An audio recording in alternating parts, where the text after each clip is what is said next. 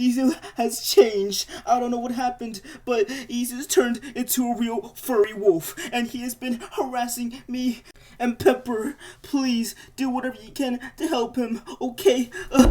Chase! Are you messing with my computer? No!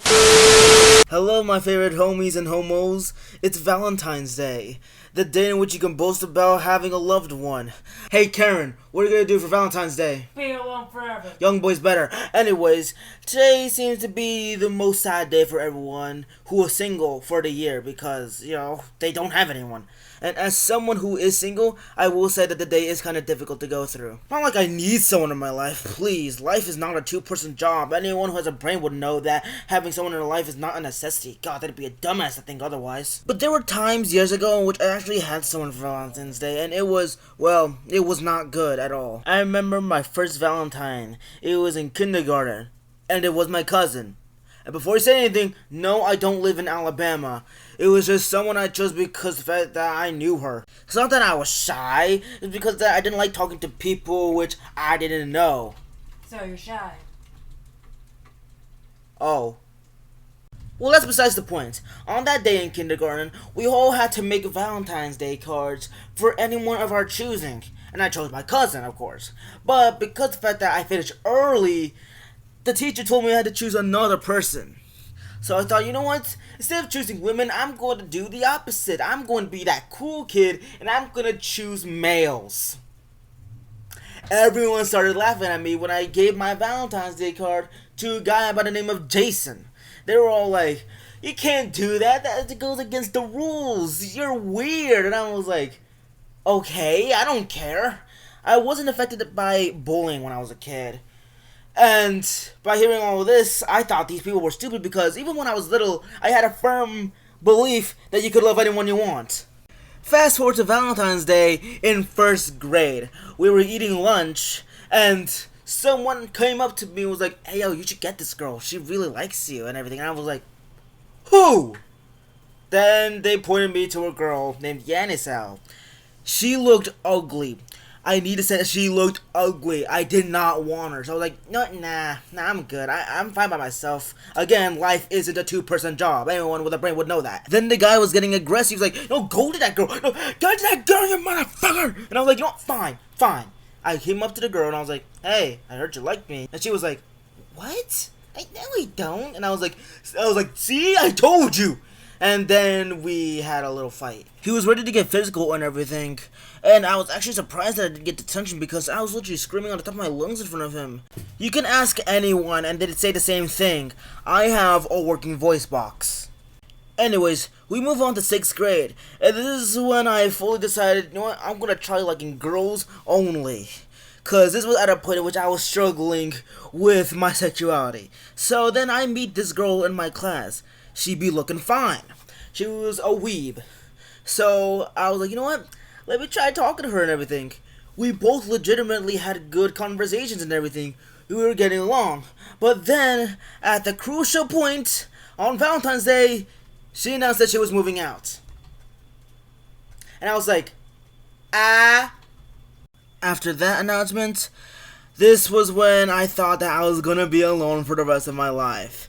Because all these coincidences that have been happening every Valentine's Day were too good to be real. So I was like, you know what? I think I'm gonna give up. But then 7th grade happens and a ray of sunshine comes out from the clouds and beams at my face.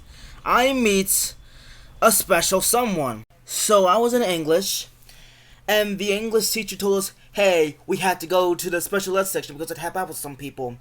So then we did. And that was when I met someone. We're just gonna call him Jim. And we started talking. And we both had similar tastes and we became friends. And as the year went by, we were becoming best friends. And the bestest of friends. Everything was going well. And then I started having feelings for him. So then we fast forward all the way to 8th grade. On what we call the walkathon. The walkathon was... Okay, the walkathon is something that you just walk around and just vibe at. But in middle school, apparently we had to pay to walk. I wasn't gonna do that shit. As the day went by, we were both sitting on the bleachers together, alone from everyone else. what a coincidence. And then I was like, you know what? I'm ready to tell him. So I went and told the guy straight up, hey, I like you. And he was like, oh shit?